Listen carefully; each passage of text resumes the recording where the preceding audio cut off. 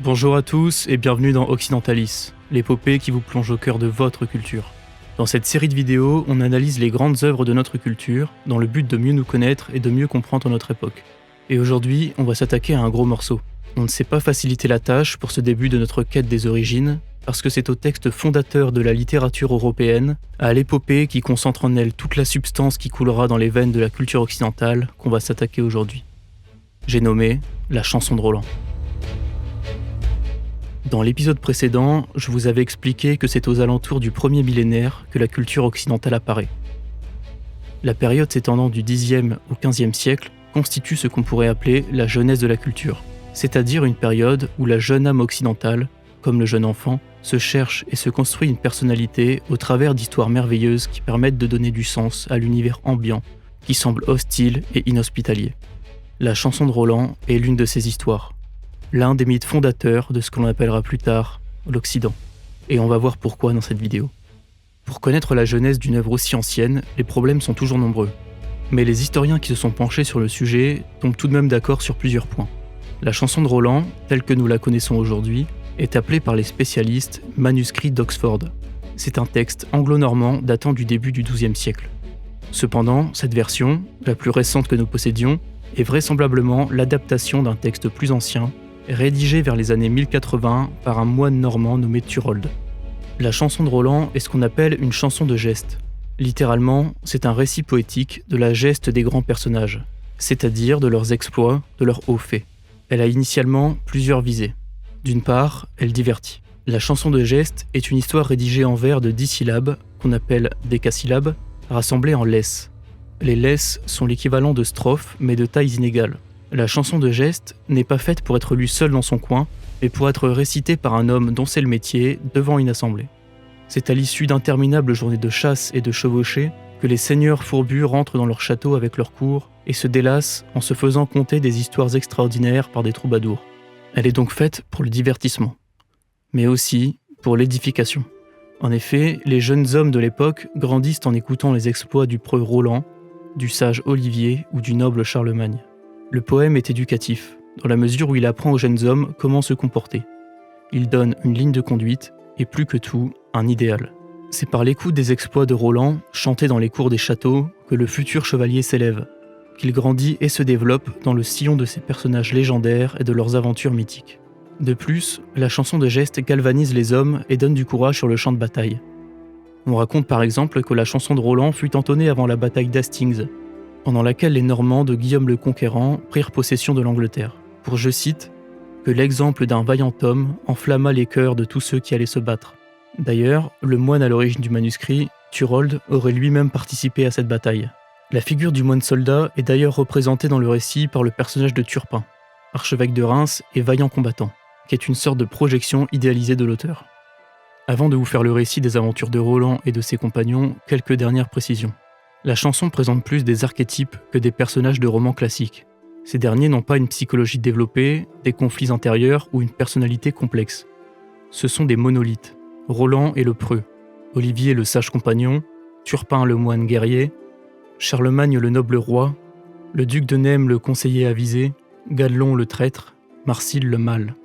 Pas de duplicité dans les caractères donc. Pas non plus de réalisme, mais des personnages entiers, archétypaux et aux principes inamovibles. En plus de ça, précisons que le récit comporte une dimension politique, puisqu'il est écrit dans le contexte des croisades qui ont lieu à l'époque de la rédaction.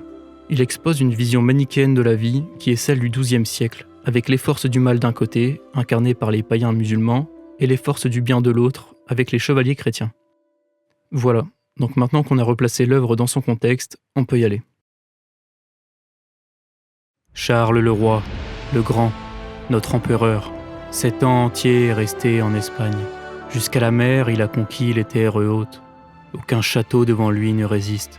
Il n'est ni mur, ni cité qui reste à forcer, sauf Saragosse, qui est sur une montagne. Le roi Marsile la tient, qui n'aime pas Dieu. C'est Mahomet qu'il sert, Apollyon qu'il invoque. Il n'en peut, mais le malheur le frappera.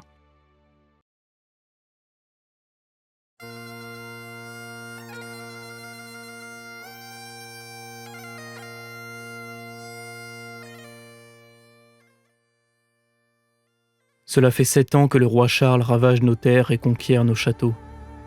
De tout le royaume d'Espagne, notre seigneur Marsile est le dernier qui résiste encore aux chrétiens. Mais l'heure est proche où les chevaliers français seront à nos portes. Après avoir pris Cordre, c'est à Saragosse qu'ils s'en viendront, et chacun sait que nos murs ne résisteront pas longtemps à la fureur française. Le roi Marsile réunit une assemblée avec tous ses conseillers. Le plus sage d'entre eux, Blancandrin, lui propose d'utiliser la ruse pour éloigner l'ennemi de sa cité. Cela fait 7 ans que le noble Charlemagne guerroie loin de chez lui, et il doit lui tarder de rentrer.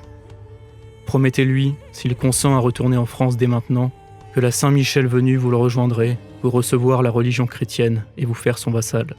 Une fois rentré sur ces terres, le roi n'aura plus l'envie de revenir jusqu'ici pour nous faire la guerre, lorsqu'il verra que nous ne nous présentons pas. Et pour gagner sa confiance, nous lui enverrons des otages, de nobles et précieux otages. Et finalement, leur sort importe peu tant que nous conservons notre cité intacte. Les paroles de Blancandrin ce jour-là furent les suivantes. S'il en réclame, envoyez-lui des otages, 10 ou bien 20, afin qu'il nous fasse confiance. Envoyons-y les fils de nos femmes, dût-il périr, j'y enverrai le mien. Il vaut bien mieux qu'ils y perdent leur tête, plutôt que nous perdions terres et biens, et que nous soyons réduits à mendier. Le roi Marsile approuva les paroles de Blancandrin, et le chargea d'aller négocier en personne avec l'ennemi. Vous seul, mon sage conseiller, saurez trouver les mots pour convaincre le grand Charles de se retirer. Usez de toutes vos ruses, et n'oubliez pas de lui dire d'avoir pitié de moi au nom de son Dieu. La foi de ces chrétiens est grande, si vous l'invoquez, ils sauront faire preuve de miséricorde au nom de leur Christ.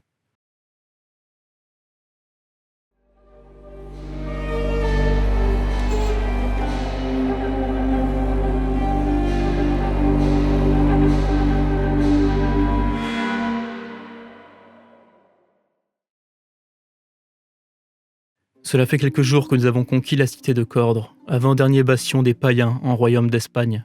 Proche est le jour où nous retournerons chez nous en France la douce.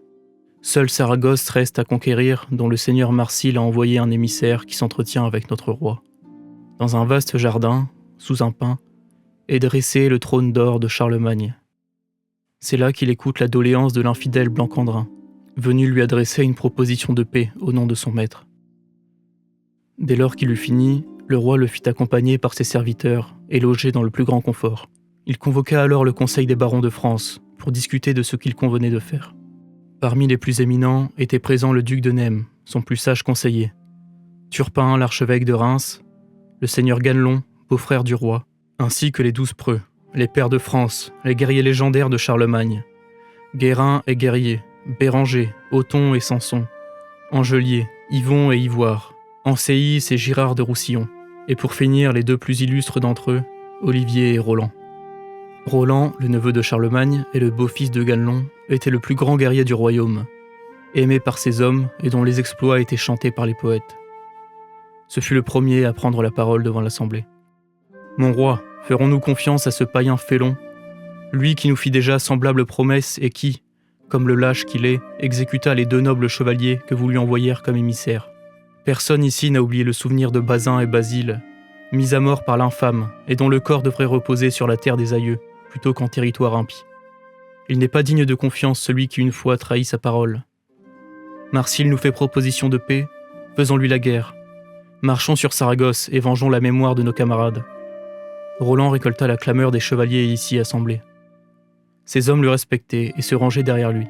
Ce fut alors son beau-père, Ganelon, qui s'adressa au roi. Bien que brave guerrier, le seigneur Ganelon était fatigué de se battre et souhaitait plus que tout rentrer chez lui, après 7 ans de combat. La chose était d'ailleurs bien connue que la fougue et les velléités de Roland lui devenaient insupportables. Ganelon conseilla donc au roi de renoncer à venger la mort de ses hommes et de faire confiance à Marsile, de rentrer chez lui et d'attendre que celui-ci se présente pour prêter serment de vassalité. Puis ce fut au tour du duc de Nèmes de prendre la parole. Plus sage que les autres, il comprend que Marsile ne peut plus gagner la guerre, et en bon chrétien, il conseille à notre roi de ne pas aggraver le malheur d'un homme qui a déjà tout perdu, et d'envoyer un émissaire parlementer avec lui. Mais qui sera prêt à risquer sa vie en se présentant seul chez l'ennemi? Les plus braves n'hésitent pas. Le duc de Nèmes se propose en premier, puis Roland le Preux, Olivier, et enfin Turpin de Reims. Mais notre roi se refuse à risquer la vie d'un des 12 preux, ou du duc et de l'archevêque. Le seigneur Roland, jeune impétueux, aimant la provocation, propose donc que ce soit son beau-père Ganelon qui y aille, lui qui était si prompt à vouloir parlementer avec l'ennemi. Ce à quoi notre roi consentit, reconnaissant en Ganelon un sage et valeureux comte, C'était un homme d'expérience qui ne s'y laisserait pas prendre. Nous assistâmes alors à une scène des plus pathétiques. Ganelon s'indigna d'avoir été choisi par la provocation de Roland. Il arracha ses fourrures, invectiva violemment son beau-fils devant l'assemblée, le menaça d'une hostilité éternelle s'il parvenait à revenir en vie. Ce à quoi le valeureux Roland répondit dans son style habituel : « Parole d'orgueilleux et de fou, on le sait bien, je n'ai cure des menaces. C'est un homme sage, pourtant, qui doit porter le message. Si le roi veut, je suis prêt, je prendrai votre place. » Ganelon, de nouveau humilié par la bravoure de Roland, qui consent à prendre sa place, perdit toute contenance. Il tenta alors par de vils procédés de convaincre le roi de ne pas partir. Il essaya entre autres de l'amadouer en lui rappelant qu'il avait un enfant avec sa sœur. Ce à quoi notre noble roi répondit en souriant : « Vous avez le cœur bien tendre. » La colère de Ganelon montait sans cesse, et il provoqua Roland devant l'assemblée pour ne pas partir. Le grand Charles, agacé par ses manières, lui dit : « Vous êtes bien dépité. Vous partirez, certes, sur l'heure puisque je l'ordonne. » Et à cet instant, où les choses ne semblaient pas pouvoir être pires pour lui, en voulant saisir le gant que lui tendait le roi, comme c'est la coutume pour qui porte le message, il le laissa choir sur le sol. Tous les chevaliers présents s'en affolèrent. Cela semblait être un bien mauvais présage. Mais la volonté de Charles était ferme, et Ganelon partit en emmenant avec lui toute la haine dont il était capable. C'est lors de son séjour à Saragosse que le seigneur Ganelon commit sa trahison. À Marcilles, il désigna Roland comme le responsable des velléités guerrières des Francs. Il lui promit de convaincre le grand Charles de lui faire confiance et de rentrer en France s'il acceptait de tendre embuscade à l'arrière-garde française dans les montagnes pyrénéennes. Il aurait pris soin auparavant de confier le commandement de l'arrière-garde à Roland, en sachant que celui-ci ne refuserait jamais une mission aussi périlleuse. Devant un roi païen, Ganelon prêta serment de félonie et il jura la trahison sur les reliques sacrées que contenait son épée. C'est une grande insulte à Dieu qu'il fit en ce jour, ainsi qu'à son roi. Le châtiment le guette et la justice divine ne manquera pas de s'abattre sur lui et sur sa famille. Le roi Marcilles couvrit Ganelon de récompenses. Il lui donna or et terre, pierres précieuses et épées. Il lui livra les clés de Saragosse pour qu'il les ramène à son seigneur. Il convoqua ensuite son armée et tous ses chevaliers. Le neveu de Marcilles, un homme renommé parmi les païens, qui conquit pour son roi moult territoires, demanda à son oncle l'honneur de porter le premier coup à Roland. Il réunit alors 12 des plus illustres païens de son armée pour affronter les 12 preux de France.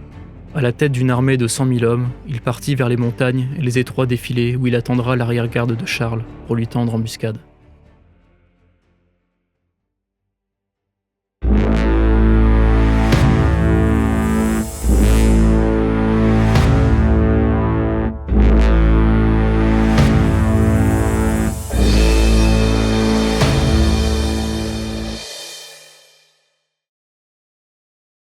Roland chevauchait aux côtés de son ami Olivier, sur un chemin serpentant sur un mont brumeux. Il avait été désigné par son beau-père Ganelon pour diriger l'arrière-garde et protéger son roi d'un éventuel piège ennemi. Charles le Grand la lui avait confiée avec hésitation, sentant que quelque chose allait arriver. Il proposa à son neveu de lui accorder la moitié de son armée, pour lui assurer une plus grande sûreté. Ce à quoi Roland répondit : « Non, je n'en ferai rien. Dieu me confonde si jamais je démens la tradition de ma famille. Je garderai avec moi 20 000 francs bien vaillants. Passez l'école en toute assurance. De mon vivant, vous aurez tort de craindre qui que ce soit. » 20 000 francs l'avaient suivi, parmi les plus braves du royaume, ainsi que les 12 preux, qui tous refusèrent de laisser l'un d'entre eux en retrait. Tous savaient que le péril les guettait, et que les cols pyrénéens, difficiles à franchir, serait le terrain parfait pour une embuscade. Mais là où le roi ordonne, le chevalier doit obéir. Il en va de son honneur et de sa fidélité. Charlemagne, qui avait déjà franchi les cols, apercevait la terre des aïeux, France la douce. Mais un songe lui fit pressentir la trahison de Ganelon et craindre pour la vie de son neveu. Roland chevauchait fièrement en tête de ses 20 000 hommes. Toujours riant et s'amusant, il ne craignait pas la mort, bien qu'il sente au fond de lui que celle-ci était proche. Sa noblesse d'âme et son courage le plaçaient au plus haut dans l'estime des hommes qui l'accompagnaient, et chacun d'eux eût souffert 1000 peines pour lui. Au terme d'une journée de pénible progression, ils franchirent un dernier col et entamèrent alors leur descente vers une plaine en contrebas, laissant derrière eux les arêtes rocheuses pour rejoindre les vastes étendues herbeuses. Là, ils firent halte pour abreuver les chevaux et se restaurer. Olivier et Roland, inséparables, mangeaient tous deux à l'écart. Ils se remémoraient les souvenirs des guerres passées, des innombrables campagnes menées pour le roi, et pensaient à l'avenir.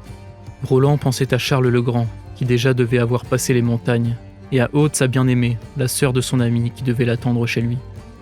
Aude la belle hante mes pensées. En ce monde rien ne me manque plus, que revoir votre sœur bien-aimée, et France la douce pour mon salut. » Ils discutaient et riaient gaiement, lorsqu'Olivier, à l'ouïe fine, entendit une rumeur au loin. Il enfourcha son cheval et galopa jusqu'au sommet de la colline la plus proche. Il revint bientôt en hâte. « J'ai vu les païens, nul être humain n'en vit jamais davantage. Ceux de devant sont 100 000 avec leurs écus, leurs aumes lacés, leurs auberts brillants sur le dos. Droites sont les lances, les épieux brunis luisent, et vous aurez bataille, telle qu'il n'y en eut jamais. Français, seigneurs, ayez la force de Dieu. Dans le combat tenez bon, que nous ne soyons pas vaincus. » Les Français disent « Maudit soit celui qui s'enfuit. Dût-il mourir, aucun de nous ne vous fera défaut. » L'armée de Marsile, forte de 100 000 païens, était là. Une bataille à 1 contre 5 s'annonçait. Et malgré les chances de victoires infimes et la probabilité d'une mort violente, les Français ne reculèrent pas. Olivier interpella Roland pour lui dire de sonner de son corps, afin que les armées de Charles fassent demi-tour et viennent leur prêter main forte. Mais le preux Roland ne l'entendait pas ainsi. « Ne plaise à Dieu notre Seigneur qu'à cause de moi mes parents soient blâmés, que France la douce sombre dans le déshonneur. De Durandal je frapperai fort plutôt. Ma bonne épée que j'ai ceinte au côté, vous en verrez la lame tout ensanglantée. Ils ont eu tort les félons païens de s'assembler ici. Tous sont livrés à la mort, je vous le garantis. » La mort plutôt que le déshonneur, voilà ce que chaque chevalier ressentait au plus profond de son cœur.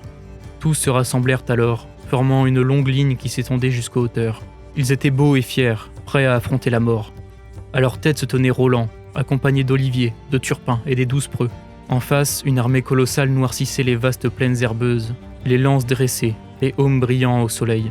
Le combat était proche, et la mort déjà planait au-dessus de leur tête. Avant de se lancer dans la mêlée, tous les hommes descendirent de cheval, prièrent Dieu et confessèrent leurs péchés. L'archevêque les bénit. Ils se hissèrent ensuite sur leurs montures et firent face aux païens avec hauteur et fierté. Tous savaient que Dieu les observait. Roland, leur capitaine, se retourna sur eux une ultime fois, et en souriant, éperonna son cheval et s'élança sur l'ennemi en poussant le cri de guerre de Charles. Qui les eût alors entendus crier Montjoie, aurait souvenance de ce qu'est le courage. La bataille fut d'une rare violence. Les membres étaient coupés, les crânes écrabouillés, le sang se répandait des corps déchiquetés et des plaies béantes. Les hommes de Roland comblèrent leur infériorité numérique par leur vaillance au combat. Les 12 preux guerroyaient comme jamais ils ne le firent, et tous les craignaient sur le champ de bataille. Dès le début de l'affrontement, ils parvinrent à abattre plusieurs des 12 païens, et le neveu de Marsile, qui s'était juré de faire périr Roland, ne mit pas longtemps à le retrouver dans la mêlée. C'est Aelroth, le neveu de Marsile, qui le premier chevauche devant l'armée. À nos Français, il lance de grandes injures. « Français félons, vous aurez à lutter avec nous aujourd'hui. Il vous trahit celui qui avait le devoir de vous protéger. Dément le roi qui vous laissa au col. Avant le soir, France la douce va perdre son renom et Charlemagne son propre bras droit. Quand il l'entend, Dieu, Roland est accablé de peine. Il pique des deux, laisse bondir son destrier. De toutes ses forces, le comte va frapper Aelroth. Lui brise l'écu, lui entaille le haubert, fend sa poitrine et fracasse ses os, et lui sépare toutes les chines du dos. Il lui arrache l'âme du corps avec son épieu, l'enfonce à fond, fait chanceler son corps. Il l'abat mort du cheval, de toute la longueur de sa lance, en 2 morceaux lui a brisé le cou. Il aura bien, se dit-il, le dernier mot. Truand fini, Charles n'est pas un dément, la trahison il n'a jamais été prêt à la tolérer. Il eut raison le preux de nous laisser au col, et France la douce ne perdra pas son renom aujourd'hui. Frappez, Français, à nous le premier coup. Nous avons, nous, le droit, ces truands ont le tort. » Les païens étaient apeurés de la vaillance avec laquelle combattaient les Français. La mort du neveu de Marsile fut suivie de celle de son frère, abattu par Olivier. 2 des plus dangereux adversaires étaient tués, et leur âme envoyée en enfer. Les hommes des 2 camps tombaient en nombre, et la mort se répandait partout. Et pendant ce temps, au royaume de France, alors que l'issue de la bataille se faisait de plus en plus incertaine, partout, les cieux se couvraient. Du mont Saint-Michel à Vissant, de Besançon à Aix, de violentes tempêtes éclatèrent. Les maisons tremblaient, éclairs frappaient, et la nuit noire éclipsait le soleil en pleine journée. La nature partout se déchaîne et semble se révolter contre ce qui arrive. Nul ne le voit qui ne s'en épouvante, et plusieurs disent « c'est la fin du monde, et nous voici à la consommation des temps ». Ils ne savent pas, ils ne disent pas la vérité. C'est là le deuil universel pour la mort de Roland.